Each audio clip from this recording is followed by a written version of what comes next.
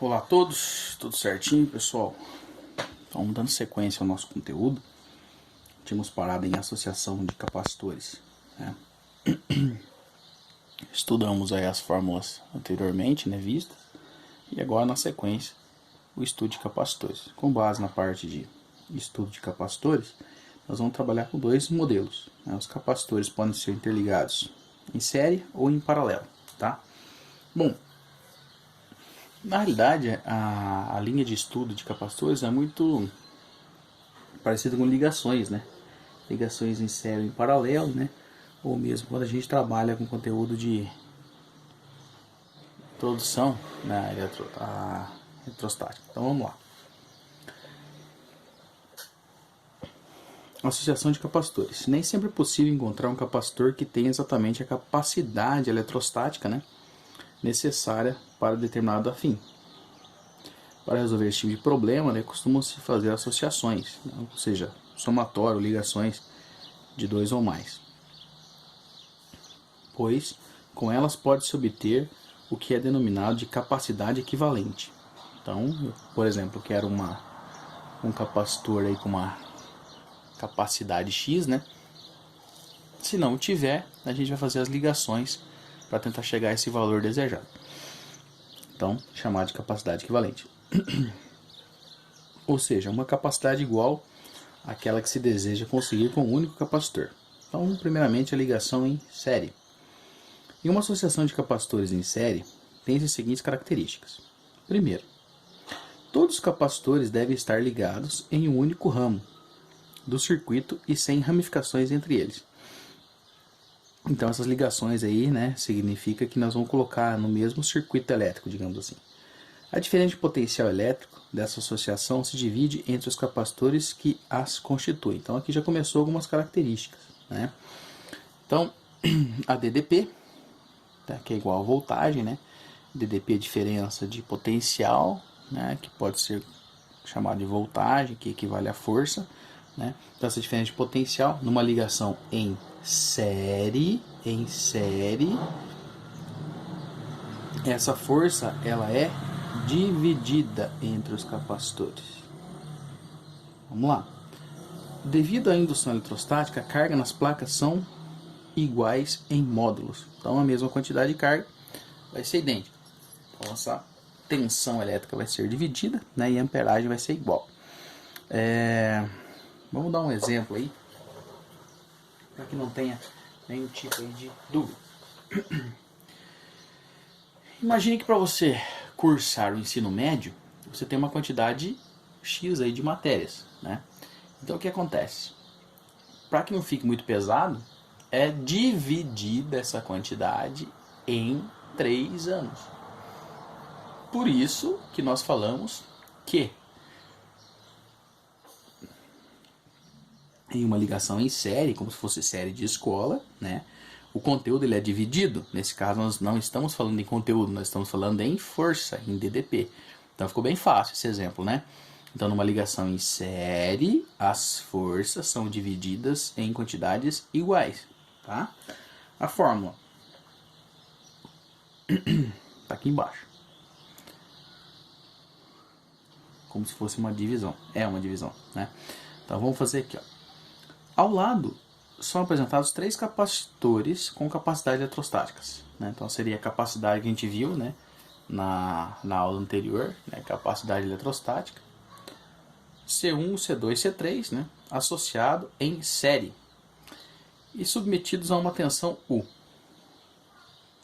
O próximo passo é determinar o capacitor equivalente dessa associação, ou seja, encontrar um capacitor que tem as condições de armazenar a mesma carga elétrica, armazenada pela associação, quando submetida a uma mesma diferença de potencial a que as associações estão submetidas.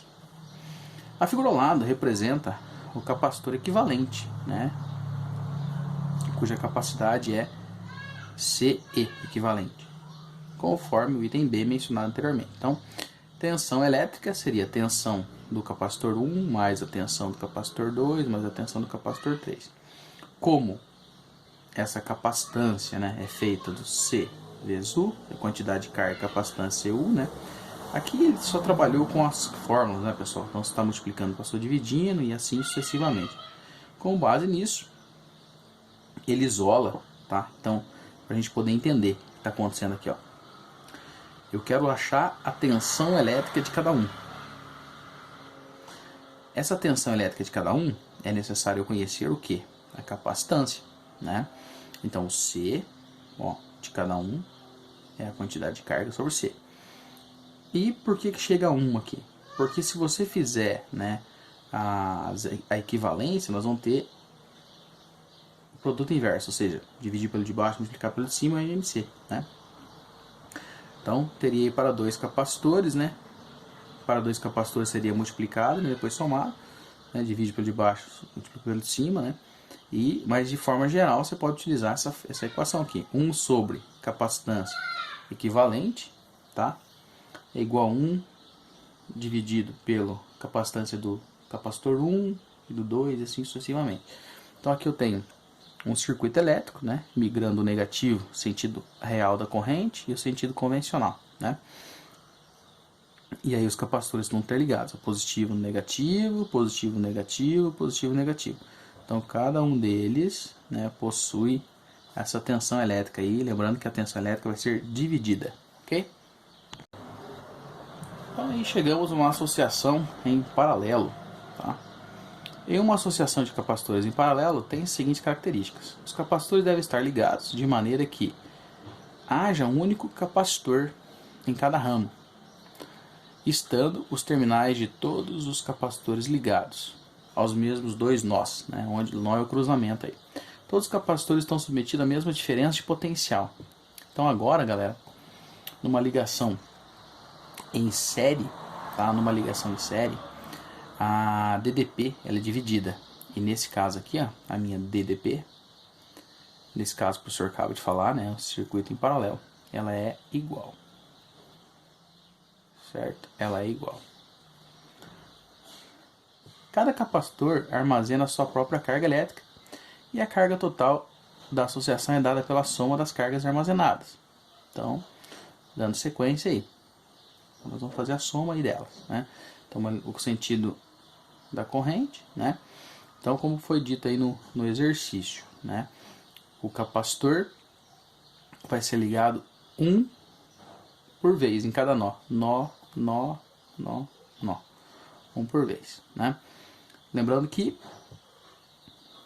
uma associação em série nós vamos dividir, né?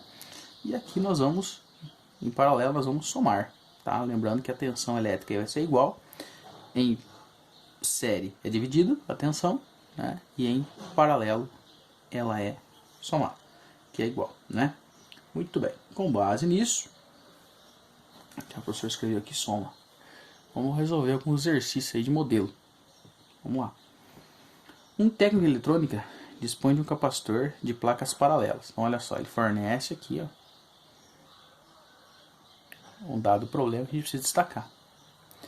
Tendo apenas ar entre as placas. Nossa, tá, como o próprio nome diz, o ar está tendo um pequeno isolamento aí, né? Ele precisa aumentar o valor da capacitância desse capacitor. Assinale a alternativa que não corresponde a uma possível maneira de fazê-lo. Diminuir a distância entre as placas, isso é possível, né, para aumentar. Aumentar a área da placa também aumenta, né, a capacitância. Inserir uma folha de papel entre as placas, que vai aumentar o isolamento, né. Preencher o espaço entre as placas com óleo mineral, também é um isolamento, né. Aumentar a carga armazenada nas placas? Claro que não, né, porque se a gente aumentar a carga, vai acontecer o quê? Vai sobrecarregar, e aí ao invés de isolar, né, nós vamos ter aí um curto, ok? A invenção dos capacitores ocorreu há mais de 2 séculos, conforme registrado na literatura especializada. Embora os princípios básicos do projeto e funcionamento dos capacitores tenham permanecido os mesmos, a utilização de novos materiais e tecnologias de fabricação permite melhorar a eficiência e reduzir as dimensões desses componentes. A. miniaturização foi necessária para que eles pudessem se adequar à evolução dos outros dispositivos da eletrônica, como os circuitos integrados. Com relação aos princípios básicos dos capacitores, assinale a alternativa correta. A capacitância, C, de um capacitor aumenta quando é inserido um material dielétrico entre suas placas. Verdadeiro. Na aula texto, vocês viram o professor falando sobre material dielétrico, Quando eu tenho duas fontes de corrente, uma positiva e negativa, ou fásico e neutro, Então, isso se torna real, porque vai ter um movimento, vai ter uma corrente ordenada ali dentro. Ok? Então, a alternativa correta, No capacitor de placas paralelas, quanto maior a área das placas, menor a capacitância. Falso, galera? Quanto maior a área, maior a capacitância, tá? Ou seja, maior a capacidade. A capacitância pode ser expressa no SI como volts por coulomb? Claro que não, é completamente errado isso daí pelo SI. Cargas elétricas de mesmo sinal são armazenadas nas duas placas do capacitor? Não, são de cargas diferentes. Os capacitores podem armazenar corrente elétrica? Não, eles não armazenam corrente elétrica, sim elétrons. Próximo. Os capacitores planos são dispositivos constituídos por duas placas condutoras e separadas por um dielétrico. Considere o capacitor plano representado abaixo, ligado a uma fonte de tensão constante. Então eu tenho aqui uma fonte de carga positiva, carga negativa, Eu tenho esse exemplo aí lá na aula texto, Capacitor 1, capacitor 2 de forma paralela, E aí eu vou ter o sentido das correntes aqui, positivo e negativo. Lembrando que a flechinha, tende a ser sempre negativa. Assinale a alternativa correta. Aumentando apenas a distância entre as placas, aumenta a capacitância? Claro que não, diminui, Quanto maior aí a distância, nós vamos ter vai diminuir aqui, diminui. A carga da placa da esquerda é negativa e da direita é positiva, O próprio esboço que o professor fez prova o contrário, Positivo e negativo. Aumentando apenas a distância entre as placas, aumenta a intensidade do campo elétrico no interior do capacitor? Não, no interior é nulo, tá? Então, tomar um pouco de cuidado aí, tá? Aumentando apenas a distância entre as placas, aumenta? Claro que não, vai diminuir. Então, cuidado aí. O potencial elétrico da placa da esquerda é igual ao da placa da direita? Claro que tá falso, Porque se fosse igual, seria neutro, tá? Se uma carga positiva for abandonada no interior do capacitor, ela se moverá a favor do campo elétrico? Com certeza. Por quê? Vai ser atraída para o lado negativo. Vamos lá. Continuando. Baseado no gráfico abaixo, que representa a diferença de potencial dos terminais de um capacitor em função da carga que ele armazena, calcule a carga elétrica entre suas armaduras quando a diferença de potencial atingir 20 volts. Bom, então aí nós temos um gráfico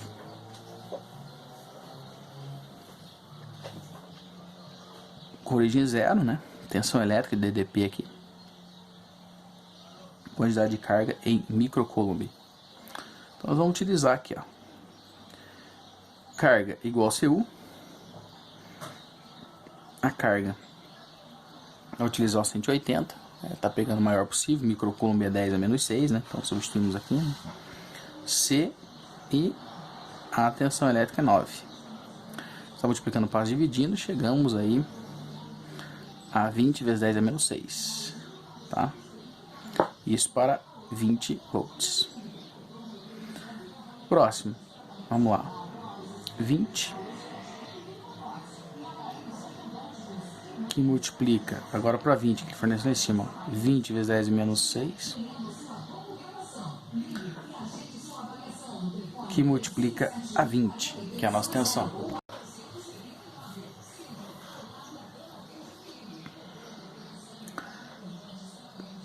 Então ele quer saber a 20, né? Voltando aqui, ó. 20 tem que ser microcoulomb, né? Que multiplica o 20 que nós achamos aqui na tensão, tá? Era 400.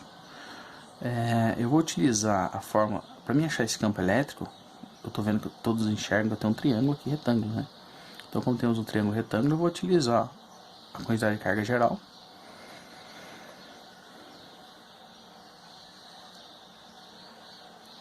Que multiplica o 20, que foi dado no problema, dividido por 2.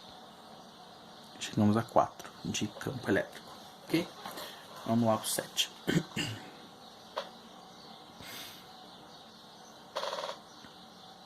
Diz o seguinte: podemos entender simplificadamente a descarga elétrica entre duas nuvens, supondo que elas se comportem como um capacitor ideal de placas paralelas, com cargas iguais e sinais opostos. Considere que a distância dessas duas nuvens seja de 150 metros e que a capacitância do sistema formado pelas nuvens seja de 1,6 vezes 10 a menos 8. Qual a carga elétrica acumulada em cada uma dessas nuvens para provocar uma descarga elétrica entre elas, sabendo que um campo elétrico de intensidade 3 vezes 10 volts, né, por metro ioniza o ar entre as nuvens? Então nós vamos utilizar aqui a tensão elétrica, é o campo vezes a distância. Então o campo elétrico foi fornecido, né, 3 vezes 10 a sexta, vezes a distância que é 150. Temos 450 vezes 10 a sexta. Capacitância C vezes U, né? Então ele fornece também 1,6 vezes 10 a menos 8, que multiplica a tensão elétrica, que nós acabamos de achar ali, e automaticamente eu vou ter 7,2 coulomb. Supondo que toda a energia fornecida para a descarga elétrica fosse armazenada, quantas lâmpadas de 60 watts poderiam ficar acesas durante 1 hora utilizando essa energia? Vamos ver. Campo elétrico, né? Quantidade de carga, tensão elétrica dividido por 2. Quantidade de carga nós achamos aqui em cima, né? Que é 7,2, que multiplica 450 vezes 10 a sexta dividido por 2. Então, fazendo as continhas, vamos chegar a um campo de 1,6 vezes 10 menos a 9, né? Quando eu falar em campo elétrico, eu tenho que utilizar a potência, que é o POT, né, vezes o ΔT. Então, achamos aqui o campo elétrico de 1,62 vezes 10 a nona, né? O número de lâmpadas que eu quero encontrar. Aí tá 60 vezes 3.600. O que é 60? 60 é a potência, né, medida em watts aqui, que foi dado no problema. 3.600 equivale a segundos, né? Então uma hora, ele quer saber 1 hora, né? Então tem que transformar em segundos. 1 hora em 3.600 segundos. Então 60 vezes 3.600, tá multiplicando, passa dividindo. Então nós vamos ter 7.500 lâmpadas em funcionamento. Então é um sistema aí interessante, né? Uma resolução de exercício muito importante para a gente fazer. Vamos fazer o 5 aí também. Quando uma DDP de 100 volts é aplicada nas armaduras de um capacitor de capacidade de 8 vezes 85 vezes 10 a menos 12, a carga do capacitor em coulomb vale. Então nós vamos utilizar uma equação bem simples aí. Capacitância C vezes U, né? Então seria quantidade de carga. A nossa capacitância 8 vezes 85 vezes 10 a menos 12, que multiplica a 100. Fazendo essa continha, já vamos chegar a 8,85, né, a menos 10. Então, um exercício bem simples aí. Então, o professor pede para vocês lerem a aula texto novamente, assistir a videoaula, né, e pausando a nossa videoaula, né, e preenchendo a apostila. Qualquer dúvida que vocês tiverem, vocês entrem em contato com o professor, para que nós possamos aí sanar. E esse assunto é muito importante cobrar em todos os vestibulares aí conhecidos, tá bom? Forte abraço, qualquer dúvida entre em contato. Até mais, tchau, tchau.